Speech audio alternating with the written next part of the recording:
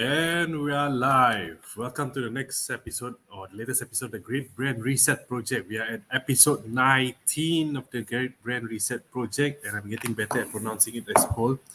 So, guys, today we're coming to explore even further about our customer profile, and we are here to dissect how they make decisions. So, we always assume that our customers are living alone, whereby they live in a vacuum where nobody actually talks to them, nobody actually shows them what's on their phones, nobody shares Instagram links to them, nobody shares TikTok links to them, and they don't read any articles, whereby they don't interact with the outside world at all.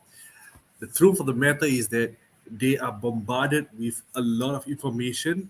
They are bombarded with a lot of uh, decisions as well. And what I'm doing is to crystallize all this information, all these decisions, and categorize them into labels, which you guys will uncover in a short while, and how these categories can actually influence their decision and affect their decision making. So I don't want to spend too much time trying to explain without showing you guys. So today's episode 19, who's influencing your customer's decision. Before I begin, don't forget to join our Facebook group where we can interact better, we can ask more questions, and we can have more engagement. A quick recap of the previous episode where I explained again, I'm going to be repeating this a lot, this customer empathy map, where you really need to get familiar with this model, this framework, so that you know how to apply to your own audience and you'll be able to empathize them better and it can build better rapport. I also showed the value proposition canvas where you are able to identify your unique selling point between the gains, that what you can offer, and the pains, what your customers are going through. When you make a match, that is your unique selling point.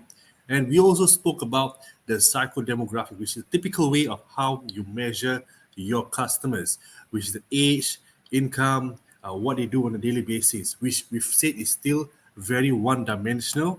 We need to imagine them at different touch points of their lives. Where are they spending the time with? Who are they spending their time with? What time is it? And what decisions must they make? What problems or constraints they face at each point of the day or each point of time where they are spending their time. So today's topic is for you guys to understand that your customer don't live alone. So let's make a simple example. I'm going to try my best to give a good relevant example on the go right now. So, for example, you go to the supermarket and you want to buy some frozen burger patties. Okay, probably since we carried on from the conversation last week, buy some frozen Ramly burger patties. Okay, so you picked it up, and next thing that goes on in your mind is that it's not about the price, it's not about the size of the patty, it's not about how it's an unhealthy dinner option. Okay, these are definitely going to be in consideration, but you must imagine from the customer perspective, they are thinking about a group of people, they are living in their mind that is influencing their decision. And there's up to 6 different people. I should not say people or voices because it may sound a bit misleading, but these are the 6 different conversations that can typically occur in your customer's mind and influences their decision. And I'm going to give it labels right now. So they are your influencers, your recommenders, your saboteurs, your economic buyers, end users, and decision makers. And I'm going to walk through each of them very quickly so you can understand who are they exactly, and what role they play in your customer's decision, and how you can actually influence them to come over to your side.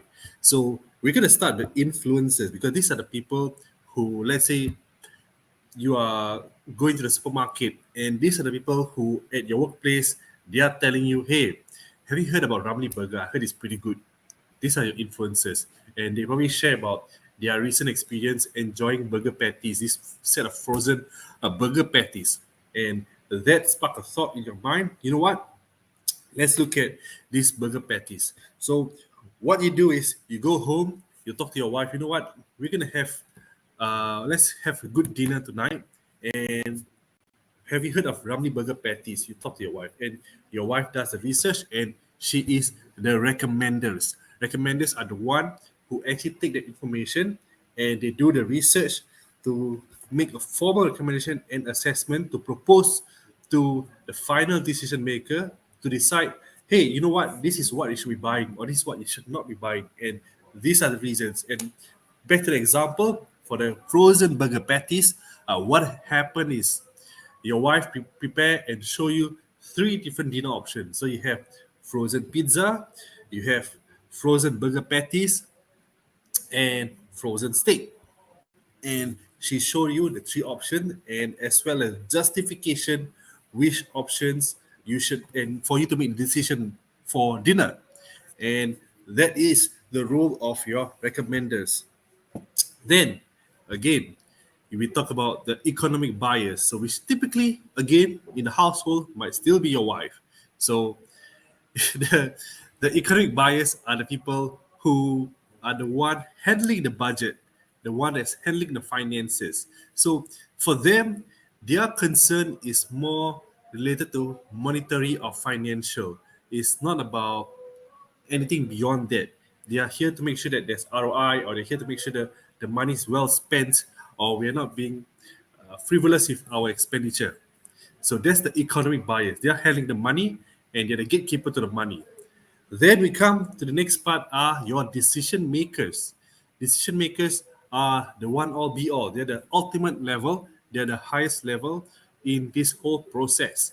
They're the ones who decides all the other functions. They're the one who can overrule all the other functions and tell them, this is my decision and we're going ahead with this decision. So chances are you might think that, hey, I need to go straight to the decision maker and can't bring him over to my side. But decision makers also accounts for the other five voices or conversations to be part of their own to influence his own decision to push through. I know it sounds like in his head now there's a lot of voices and it's splitting up and it's causing a lot of ruckus, but bear with me, it'll make sense in a while. So decision makers are the one that make the final decision to tell the economic buyers to release the money to make that purchase. And then comes along this controversial voice, which is the saboteurs. Saboteurs are the people who will say, probably in a household, you made the decision, you spoke to your wife, your decision maker, you spoke to your wife, who is the economic buyer, and also the recommender. I'm going to buy the frozen patties, and I told the kids, they're all excited. But suddenly one of your child hates frozen burger patties because they are allergic to burger patties, and they're the saboteurs. They say burger patties has worms inside them, and whoever eats them, they're going to get sick. And now they start to scare the rest of the children. They are starting to make the wife concerned, and that is the role of the saboteur. And you need to know and identify who's the saboteur.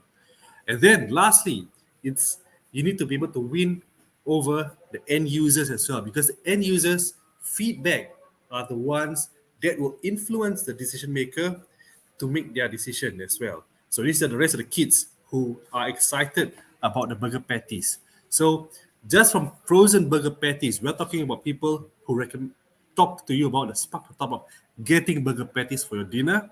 And we talk about who can do the research about what is the best option for dinner.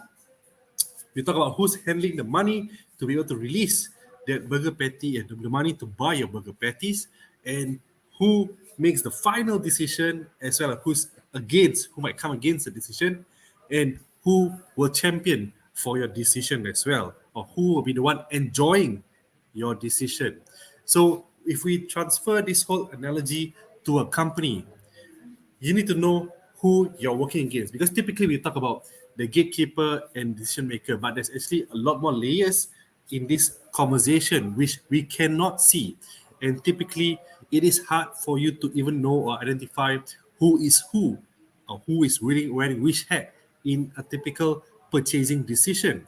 The chances are that your customer might be wearing multiple hats. They might be a decision maker and economic buyer and the end user. But there are times where the end user might be external, not even within the company, may not be within your customer's knowledge either. So for example, if I'm targeting real estate agents, the end users are going to be their customers, and I need to be able to figure out how to appeal to their end customers, not just them who are decision makers. They're going to have influencers, people around them advising them to adopt branding and marketing services. The economic bias might still be them, but they may have support from other sources of funding. And saboteurs may be training studios, or saboteurs can be people who say that, hey, this method doesn't work, you should stick to what works in the past. Recommenders may be people who champion or have done research and sharing their research online to explain what are the best options for them to grow their personal brand. So where I'm going with this is that you may have to develop a way to win over each of these voices, value proposition for each of the voices if you need to. But otherwise, I know it's about a lot of work for you to create a value proposition for each of the voices, but at least if you know that these voices exist in the heads of your customers, you won't be caught off guard when they sometimes feel a little bit concerned about whether they should buy something from you. And this will actually help you a lot in objection handling, because you know that, okay, these are the voices. Have I addressed all these voices, all these concerns, these 6 level of concerns? And if you feel you're able to address all this, you definitely feel better with whatever outcome comes through the sales process. So I think that kind of covers what I want to share when it comes to the voices influencing your customer. Again, your customers don't live in a vacuum. They live with other voices. They interact with the world outside, and the world outside has a lot of things to share with them, and that can influence and affect their decision no matter how good your product or service is. So take heed of that. And I hope that explains. If you want to find out more, again, you have the Facebook group, or you can just reach out to me through one of the DMs. If I take a bit longer, understand it's Eid and there's a lot of things going on, so I might take a little bit longer to reply to you guys. So next session is the 20th episode, so it's quite a milestone, and I feel I would like to reveal to you guys my own findings on my own personal reflection, and also for us to recap where we have come to so far. So it's going to be a very simple session, a lot of recap, and to show you guys how it actually looks like in real life when I do it and apply it on myself. So thanks so much for joining today's session. Hope it's been really helpful for you guys and open up your eyes to a new perspective of what it's like to work with customers. So take care. Thank you. And